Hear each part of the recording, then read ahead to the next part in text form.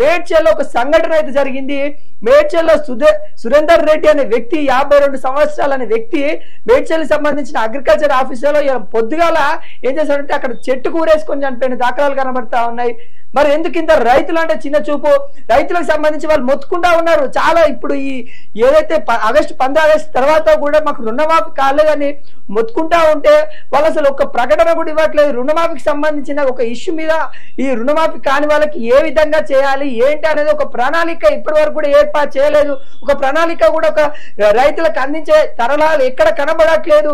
ఆ తరుణంలో ఈ రోజు బ్యాంకుల చుట్టూ తిరిగి తిరిగి తిరిగి అలసిపోయిన సురేందర్ రెడ్డి ఈరోజు చనిపోవడం అయితే జరిగింది.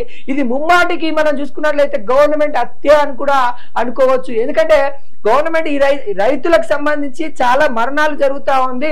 రైతులకు సంబంధించి చాలా ఇబ్బందులు పడుతా ఉన్నారు. రైతు రాజ్యం తీసుకొస్తా అని కూడా స్వయాన సీఎం రేవంత్ రెడ్డి చెప్పిండు.